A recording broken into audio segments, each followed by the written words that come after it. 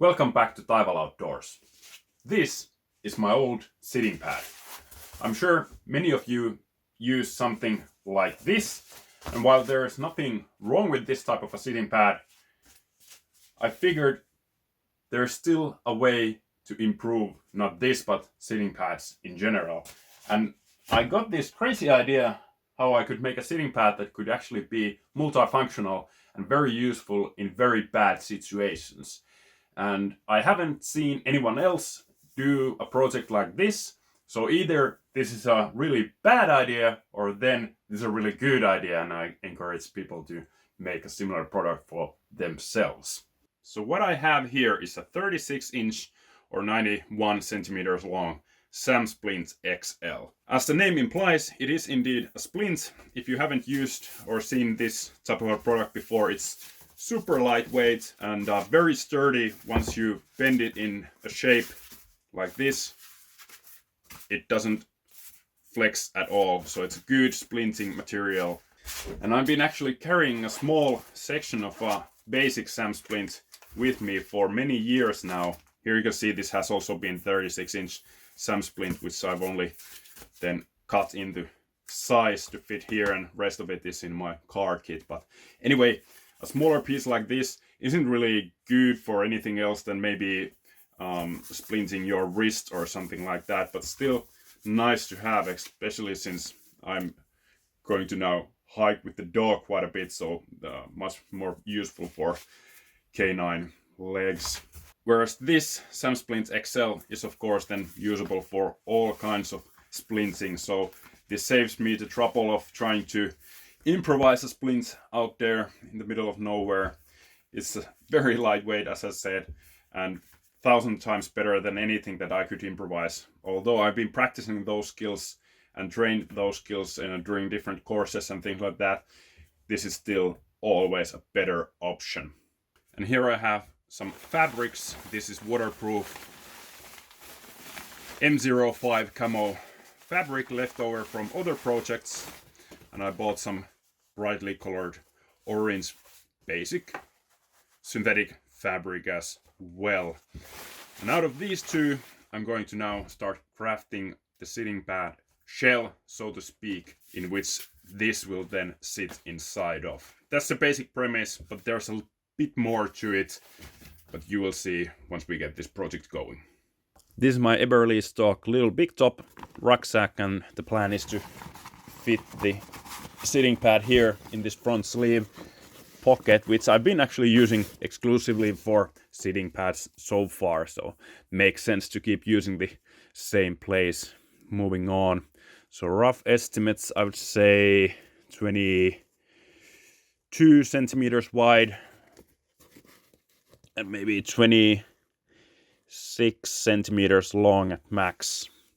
Alright, so I came up with this piece of origami splint, and testing it fits perfectly. Comes a bit above this edge, but that's completely fine.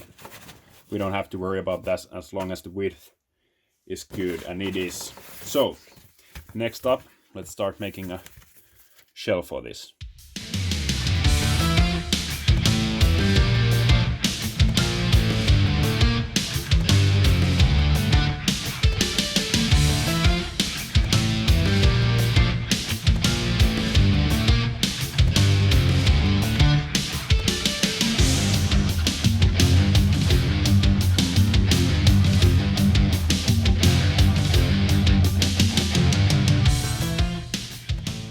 Moment of truth.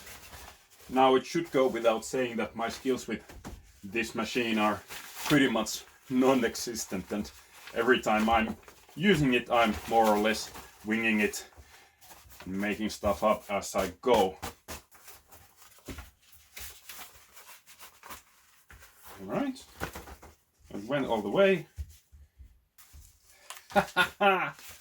Excellent! So here it is, the finalized product. Still needs a bit of tidying up the loose threads and things like that, but all in all came out pretty nicely. I like to think that the title of this video is not a clickbait. This thing can save a life, mine or someone else's. First of all, I'm always wearing green and brown and earth tones and camo patterns. And now I have a bright orange signal panel always with me. So it is easier now for help to see me if I need to signal for rescue. So one more very useful tool for my signal kit. Secondly, of course, the full-size SAM splint now can obviously make a difference between a very bad and shitty situation and being able to either walk somewhere where you can get signal or walk somewhere where you can contact people by a road or anything like that. Doing that with improvised splinting or without any splints at all, that can be a very, very bad situation. So full-size splint, at least, if nothing else, gives that peace of mind that I am now able to help myself or help someone else in case of very bad leg injuries. It can definitely save a life, and of course for other fractures, very useful as well. Now in terms of the construction itself, so waterproof material on this side, so when I put it down on the ground, water doesn't seep into the fabric. Although the SAM splint itself is waterproof, nothing in it can be affected by water, or it doesn't soak in water either. It's still a good thing to have barriers so this thing doesn't soak up water and then transfer it to my rucksack. This Velcro closing is done with Velcro One Wrap.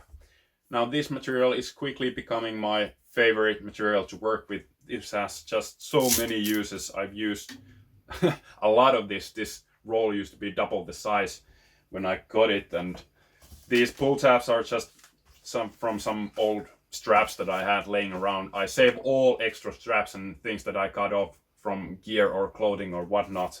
So I have a lot of extra materials always available when I want to create something new. And of course the bright orange panel is really good when placing it down like this. There's very little chance of me not seeing that this is on the ground when I'm getting up and getting ready to leave. So I actually did stumble upon one forgotten sitting pad last summer in Urho Kekkonen National Park, and I brought it with me. It was one of those grey ones that someone had taken a break by the trail, put it down, sat there and left and completely forgot their sitting pad there. So should not happen with this one. But I think there's still one more test to do, and that is fitting it. Let's see how it goes to the place it's supposed to go. Huh. Not bad. Of course I'm going to probably keep it like this so it doesn't scream orange there all the time, but yeah. All in all, I'm quite happy with this little invention. Let me know in the comments if you've done anything like this yourself and how this design could be maybe improved in the future.